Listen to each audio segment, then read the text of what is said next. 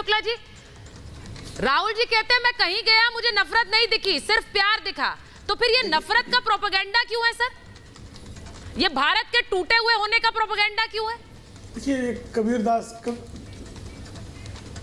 सुचरिता जी, कबीरदास जी का मशहूर दोहा है, हाँ। बुरा जो खोजन में गया, बुरा न मिलिया कोई, जो दिल खोजा आपना मुझसे बुरा न कोई। तो जो नफरत को ढूंढने निकले थे और नफरत अपने आप में ही पाया। उनको नफरत है माँ भारती के जवानों से, उनको नफरत है वंदे मातरम गाने वालों से, उनको नफरत है माँ भारती से आराधना करने वालों से। तो भाई 1947 में इस देश को नफरत की आग ने बांटा। तब तो राष्ट्रीय स्वयंसेवक संघ सत्ता में नहीं था, भारतीय जनता पार्टी सत्ता में नहीं थी। 10 लाख निर्दोष नागरिकों का नरसंहार हो गया। उसके बाद 1948 में 10,000 ब्राह्मणों का कत्लेआम।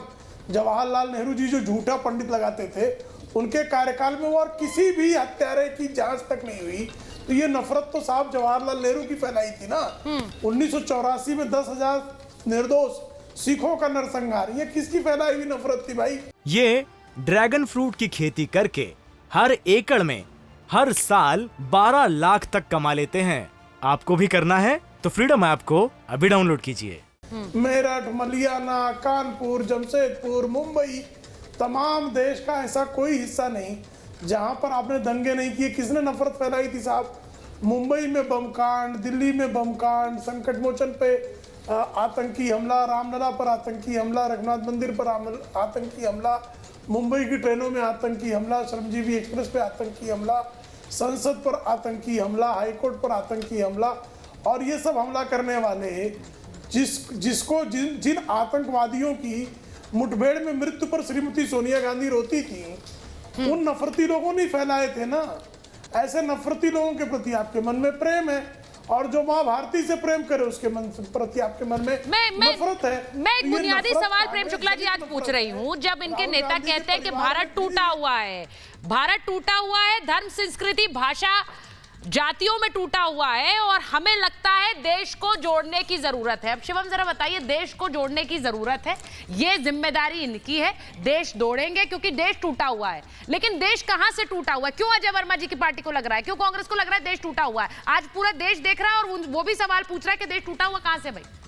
देखिए, सबसे पहले तो मुझे इस बात का अंदेशा है, मुझे ऐसा लगता है कि मणिशंकर अय्यर जी जो हैं वो बीजेपी के एजेंट हैं। वो जब बीजेपी जब मार्केट में कहीं आते हैं, जब चुनाव में कहीं देखते हैं, बीजेपी को इनडायरेक्टली फायदा देते हैं। आज उन्होंने एक और चीज कही कि वो टुकड़े टुकड़े कर दिए हैं देश के। अरे टुकड़े टुकड़े गैंग का लीडर तो आप सबसे आगे लेकर घूम रहे हैं अपने साथ। कह रहे हैं जातियों में तोड़ दिया। किसने तोड़ दिया? संघ ने तोड़ दिया।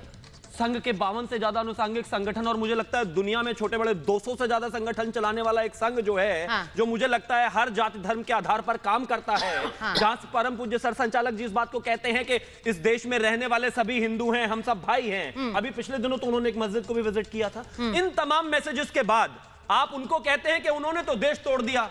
और राहुल गांधी वो व्यक्ति जो कहते हैं कि सेना पिट रही है, वो उसके साथ बैठते हैं। जो जॉर्ज पनैया जो कहता है इस देश की धरती को गाली देता है, भारत मां को गाली देता है, आप उसके साथ बैठ रहे हैं। आप ऐसे ऐसे न जाने कितने लोगों के साथ बैठते हैं। आप उन लोगों को साथ में भी लेकर चलते हैं जो इस देश में कागज दिखाने के लिए तैयार नहीं है, स्वरा भास्कर टाइप के। और अंत में आकर आप कहते हैं कि हम भारत जोड़ रहे हैं। असलियत यह है कि भारत पहली बार 1947 के बाद जुड़ा हुआ सा लगता है, और 30 साल बाद आप ऐसा देखते हैं कि कोई सरकार, पूर्ण बहुमत की सरकार आती है, जाति धर्म संप्रदाय से ऊपर उठकर लोग वोट करते हैं, और जो हिस्सा हमारे देश का 370 की वजह से अलग सा था, वो आज जुड़ा हुआ है। ठीक है, पहली बार देश जुड़ा हुआ है, और ये उसको तोड़ने की लगातार और भरपूर कोशिश कर। ये ड्रैगन फ्रूट की खेती करके हर एकड़ में हर साल 12 लाख तक कमा लेते हैं। आपको भी करना है तो फ्रीडम ऐप को अभी डाउनलोड कीजिए।